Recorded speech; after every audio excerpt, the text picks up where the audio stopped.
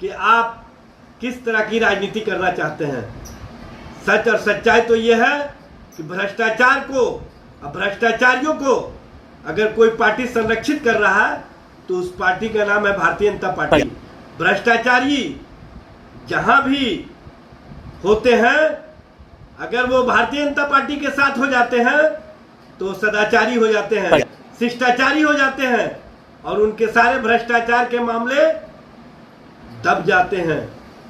और कैसी washing machine है भारतीय जनता पार्टी कि जो उस भारतीय जनता पार्टी के वॉशिंग मशीन में चला जाता है वो भ्रष्टाचारी, सदाचारी और शिष्टाचारी हो जाता है।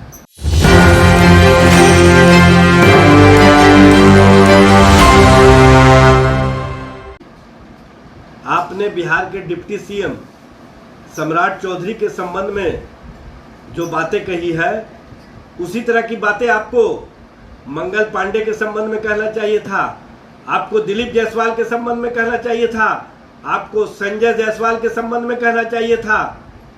आप पार्टी के अंदर ही जब आरोप लगे हैं इन चारों नेताओं पर तो विभेद करके क्यों देख रहे हैं? इसका मतलब है कि आप राजनीति को भी कहीं ना कहीं दूसरे दिशा में देखने का काम करते हैं। भ्रष्टाचार के पैमाने पर आपके देखने का तरीका ही बता रहा है कि आप किस तरह की राजनीति करना चाहते हैं। सच और सच्चाई तो ये है कि भ्रष्टाचार को और भ्रष्टाचारियों को अगर कोई पार्टी संरक्षित कर रहा है तो उस पार्टी का नाम है भारतीय जनता पार्टी।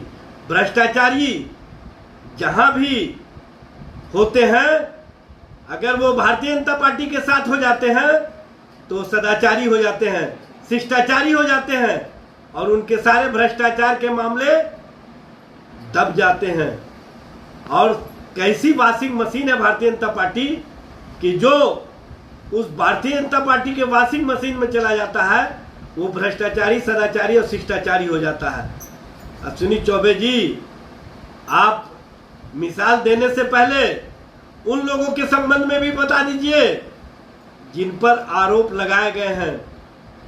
एक अकेले आपके सम्राट चौधरी पर ही आरोप नहीं है, मंगल पांडे पर भी आरोप है, दिलीप जायसवाल पर भी आरोप है, संजय जायसवाल पर भी आरोप है।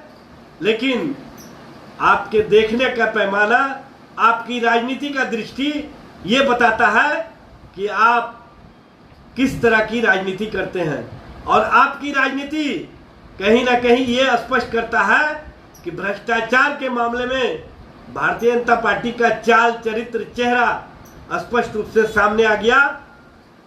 ये स्पष्ट करता है कि आप अपने साथ वालों को अपने चाल से बचाना चाहते हैं।